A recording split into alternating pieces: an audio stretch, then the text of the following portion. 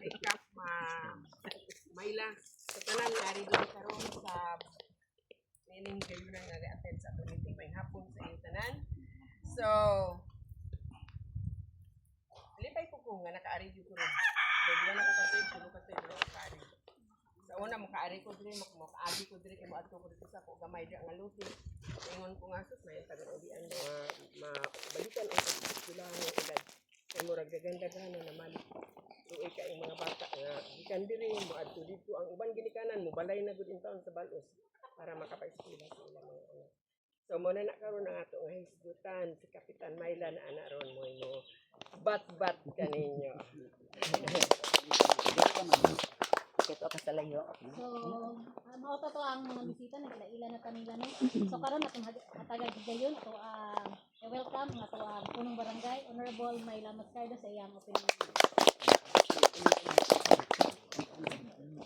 Ayun hapon, kanang kanan. So, pasig na tingala mo. Ani ang diri karon natay mga bisita nga gikan sa dito. Ay mura man siya on the spot. No? On the spot. Pero dugay na ni siya giplano ni Sir Cayetano.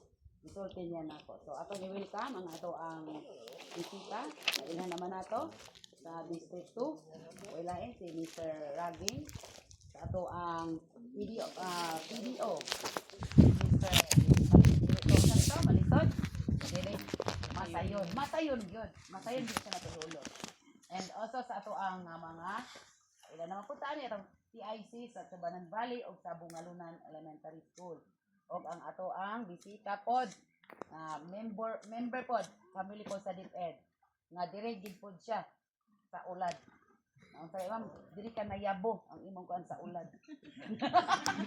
Kay sa nakahinomdom, ihatuban na